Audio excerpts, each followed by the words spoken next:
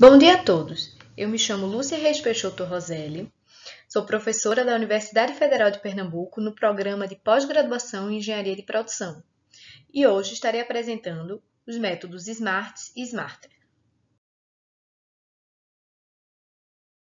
Os métodos SMART e SMARTER são métodos de solução de problemas multicritério no contexto do Multi-Attribute Value Theory, o MAVT. Esses métodos utilizam o procedimento swing para elicitação das constantes de escala. Ambos corrigem o erro do SMART, que foi o primeiro método desenvolvido por Edwards em 1977. Sendo assim, em síntese, o SMART deve ser abolido, não devendo ser utilizado.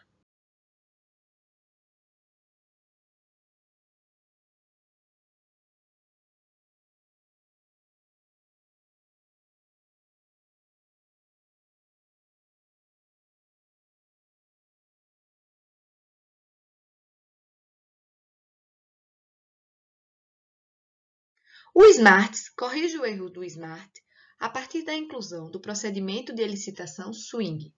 E o SMARTER simplifica o procedimento de elicitação, eliminando a segunda etapa do swing e utilizando de pesos substitutos, os rock weights. Bem, dado que a metodologia para a aplicação dos métodos é bem semelhante, o método SMART será apresentado primeiramente e este contém 9 passos para sua aplicação. O primeiro passo é chamado de propósito e tomadores de decisão. Nesta etapa, é identificado o propósito da decisão, além de quem são os decisores responsáveis pela decisão. O passo 2 é chamado de árvore de valores, ou value tree. Nesta etapa, os objetivos da decisão são listados e é construída a hierarquia desses objetivos, seguindo a metodologia do VFT, Values Focused Thinking, desenvolvido por Kinney em 1992. A partir dos objetivos do problema, uma lista de atributos é gerada. Estes atributos ou critérios são utilizados para mensurar os objetivos. O passo 3 é dado pelos objetos de avaliação. Neste passo, as alternativas para solucionar o problema são elencadas. Deve ser lembrado que quanto mais alternativas puderem ser criadas ou incluídas na lista, melhor. Também seguindo a metodologia do VFT. O passo 4 é onde a matriz de objetos por atributos é construída, ou seja, a matriz de consequência com a performance de cada uma das alternativas em cada um dos critérios é construída. No passo 5, chamado de opções dominadas, temos a eliminação de alternativas que já são previamente dominadas por demais alternativas presentes na lista. Nem sempre esse passo resultará em opções dominadas, visto que as alternativas avaliadas futuramente serão necessariamente dominadas caso elas apresentem um desempenho pior do que as demais. No passo 6, chamado de utilidades unidimensionais, as entradas da matriz de consequência devem ser reformuladas. Sendo assim, nessa etapa é feita a avaliação intracritério. Isto é, as funções valores marginais ou funções de utilidades em cada um dos atributos devem ser elicitadas junto ao decisor. O ponto de atenção é a distinção entre função valor e função utilidade. A função valor é apropriada para a tomada de decisão em situações determinísticas e a função utilidade é apropriada para a tomada de decisão em situações probabilísticas. No entanto, no método SMART e SMARTER, os autores não fazem essa distinção e consideram, para a elaboração dos métodos, o uso de funções de utilidades. No entanto, os métodos estão no contexto determinístico do MAVT, sendo mais correto serem chamadas de função-valor. Após a avaliação intracritério, no passo 6, temos a elicitação. Sendo assim, o passo 7 e 8 são caracterizados pela aplicação do procedimento de elicitação swing, onde no passo 7 é feita a ordenação das constantes de escala e no passo 8 é feita a elicitação das constantes de escala, utilizando o swing. Por fim, o passo 9 é onde se tem a decisão. A partir da agregação aditiva, é escolhida a melhor alternativa, isto é, aquela que apresenta maior valor global. Considerando agora o método Smarter, ele também contém 9 passos, assim como o SMARTS. Os passos 1 ao 7 e o passo 9 são exatamente iguais aos apresentados no SMARTS. O passo 8, que é a elicitação das constantes de escala, é diferente no Smarter, visto que, nesse método, esta etapa é eliminada. Dado que o passo a passo dos métodos foi apresentado, é importante destacar 2 ideias básicas que foram assumidas para a construção de tais métodos. A primeira delas é o uso da utilidade multiatributo, e a segunda é o uso da estratégia de aproximação heróica. Para a utilidade multiatributo, é discutido que se algo é avaliado por mais de uma razão. Sendo assim, múltiplos objetivos devem ser considerados, sendo esses objetivos representados por múltiplos atributos. Ou seja, qualquer resultado de uma decisão é naturalmente descrito por um vetor de valores, onde cada um dos elementos desse vetor vai representar o resultado para um dado atributo. O desafio, então, é agregar esse vetor em um valor escalar. Para a estratégia de aproximação heróica, 2 suposições são levantadas. A primeira é que ferramentas mais simples são mais fáceis de serem utilizadas e provavelmente serão mais utilizadas. E a segunda é que a chave para a seleção de um dado método está no trade-off entre o erro de modelagem versus o erro de elicitação. Para erros de modelagem, destacam-se simplificações que ocorrem dentro do procedimento de elicitação. Sendo assim, estas simplificações, apesar de auxiliarem o decisor a prosseguir no procedimento de elicitação, podem introduzir erros de modelagem no processo de decisão. Um exemplo explícito é o procedimento de elicitação swing, que inclui diversas simplificações na tentativa de auxiliar o decisor a prosseguir dentro do seu procedimento. Erros de elicitação destaca-se a robustez dentro de procedimentos de elicitação. Sendo assim, os decisores podem sentir dificuldade para expressar suas preferências dentro de tais procedimentos e podem ser inconsistentes em suas preferências expressas. Um exemplo explícito é o procedimento de elicitação trade-off. A estratégia de aproximação heróica nada mais é do que uma simplificação para os métodos. O procedimento de elicitação por swing assume que as funções-valores são aproximações lineares, não podendo funções-valores não lineares serem utilizadas.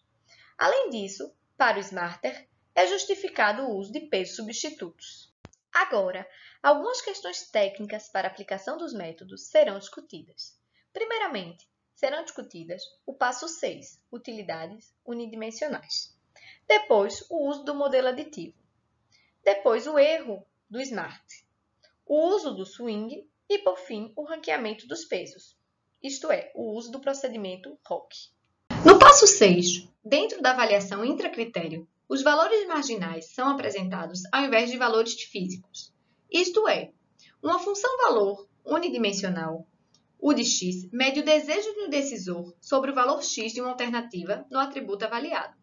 Dessa forma, a função-valor marginal vai apresentar o valor 100 para a consequência que tiver maior desejabilidade para o decisor dentro do avaliado atributo e o valor 0 para a consequência que tiver a menor desejabilidade para o decisor dentro do atributo avaliado.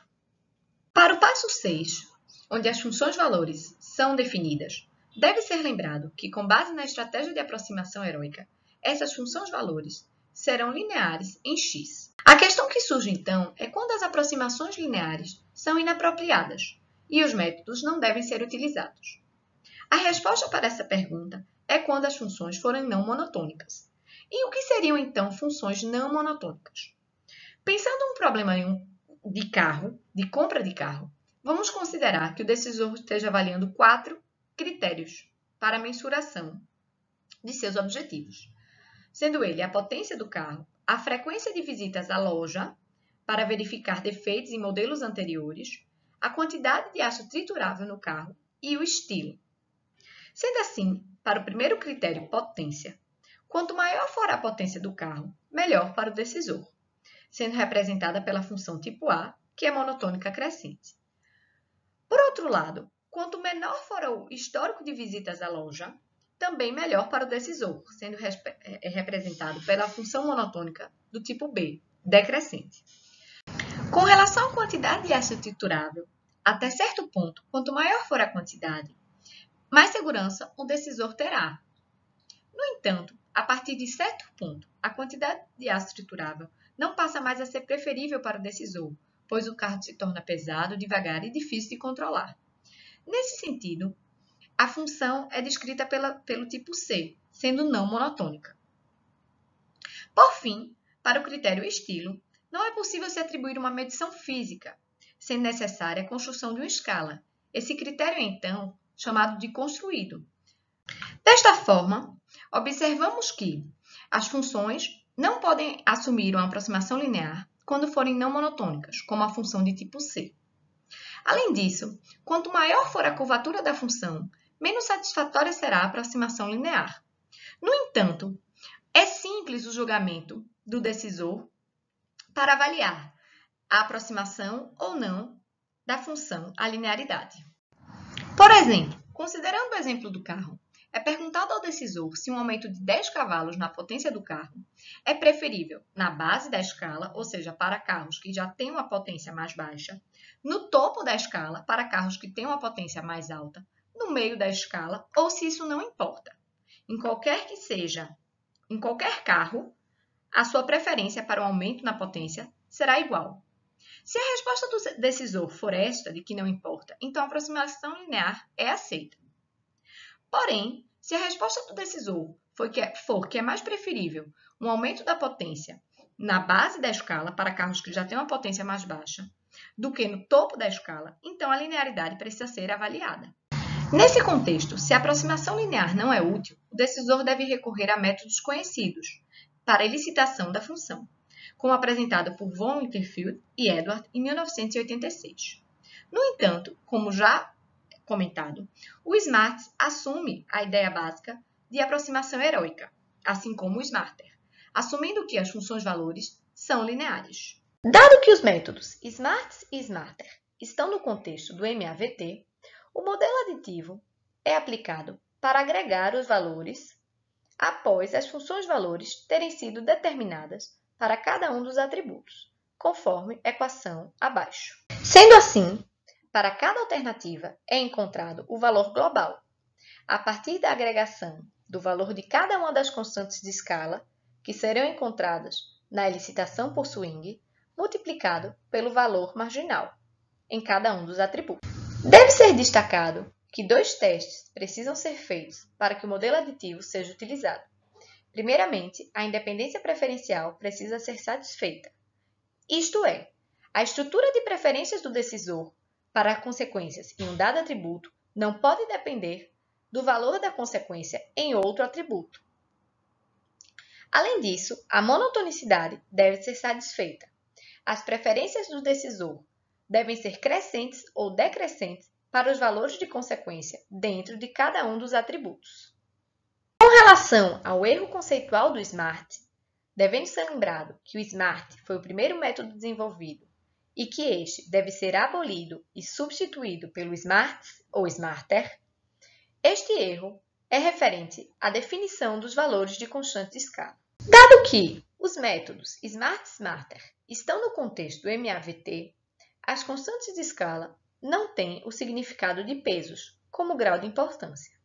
Sendo assim, o erro do SMART é justamente este, considerar constante de escala somente como grau de importância para o decisor de cada um dos atributos. Sendo assim, dentro de tais métodos, as constantes de escala devem representar a extensão de valores em cada um dos atributos. Neste contexto, considerando o exemplo de compra de carro, o preço normalmente é um atributo utilizado. Sendo assim, o preço também é considerado importante por muitos decisores. Porém, se o preço de opções de carro variar entre 15.000 e 15.100, será que este preço continua sendo um atributo importante para o decisor? Obviamente, deve ser levado em consideração a extensão dos valores em cada um dos atributos, para se definir, então, o valor de tais atributos. Dessa forma, para os valores de constante de escala, deve ser refletida a amplitude das consequências em cada um dos atributos. Sendo assim, esta dependência dos valores de amplitude das consequências era desconsiderada no SMART, devendo este método, então, ser abolido, por apresentar este erro conceitual. Com relação ao swing, este procedimento de elicitação evita os erros intelectuais causados no método SMART, onde não era utilizado este procedimento. A palavra swing refere-se ao processo de mudança de pontuação, normalmente adotado de 0 a 100 ou 0 a 10. A elicitação por swing, então, é dada em duas etapas, conforme já comentado nos passos 7 e 8 para o SMART e SMARTER, onde o passo 8 do SMARTER não é realizado. A primeira etapa do swing, isto é, o passo 7, é a ordenação das constantes de escala.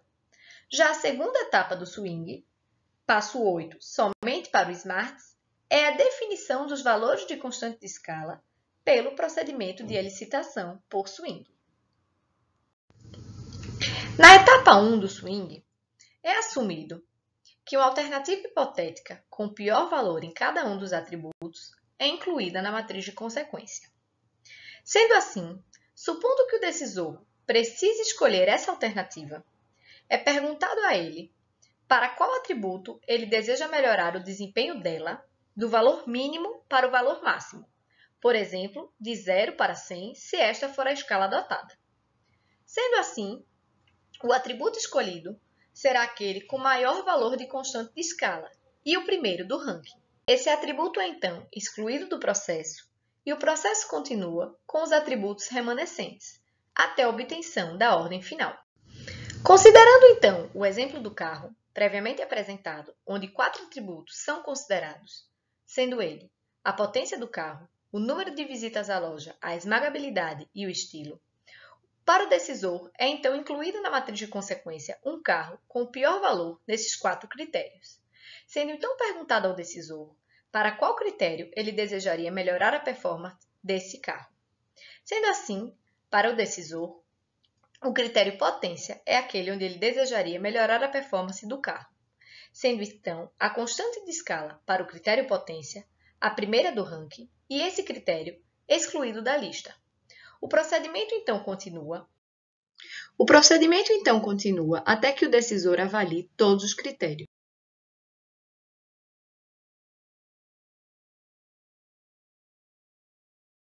Na segunda etapa do swing, é feita a elicitação das constantes de escala, a partir de estimativas de magnitude avaliadas de forma direta. Supondo que seja utilizada a escala de 0 a 100, o valor 100 é atribuído à constante de escala na primeira posição do ranking.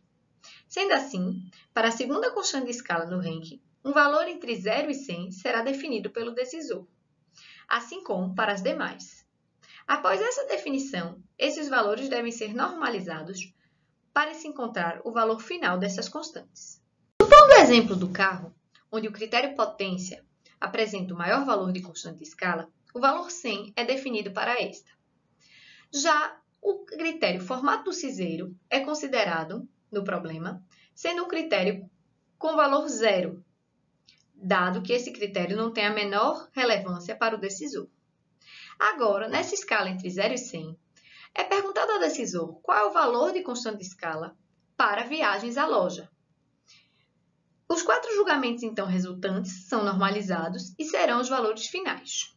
Uma questão muito importante para a definição desses valores é que o range das consequências em cada um dos critérios deve ser considerado. Dessa forma, como o swing utiliza a escala intervalar, a definição dessas constantes de escala deve ser feita com base na diferença dos valores de consequências em cada um dos critérios. Então, deve ser sempre lembrado que a proporcionalidade do swing para a definição dos valores de constante de escala é dada pela diferença. O decisor deve sempre ter em mente quanto que um range de consequências em um dado critério é avaliado frente a outro range de consequências para outro critério. E dessa forma, ele deve definir esses valores de constante considerando o range de consequências. Por fim, a última questão técnica apresentada é o referente ao ranqueamento dos pesos, onde os rock weights serão apresentados. Deve ser lembrado que a maioria das informações numéricas úteis dentro do swing, informações preferenciais vindas do decisor, elas não estão na segunda etapa do procedimento, como se é de pensar. Elas estão na primeira etapa do procedimento, onde o decisor faz o ranqueamento das constantes de escala. Sendo assim, considerando apenas essa informação do ranking das constantes de escala, Byron e Barrett desenvolveram uma solução justificável para transformar esses rankings em valores de fato de pesos de constantes de escala. Sendo assim, o Rank Order Centroid Weights, ou ROC Weights, considera essa transformação, a partir do ranking, gerar os valores de pesos, ou os valores de constante de escala. A ideia central é que nada se sabe sobre os valores de constante de escala, exceto que a soma dessas deve ser igual a 1, com base no modelo aditivo. Sendo assim, o conjunto de possíveis vetores de constantes seria qualquer um onde a soma fosse 1. Dessa forma, não há razão anterior para preferir um vetor frente a outro. Então, seria natural considerar que tais valores para as constantes seriam iguais. Dessa forma, o ponto que descreve constantes iguais é exatamente o centroide para um poliedro de n vértices, onde cada um dos vértices é caracterizado por cada um dos critérios presentes no problema.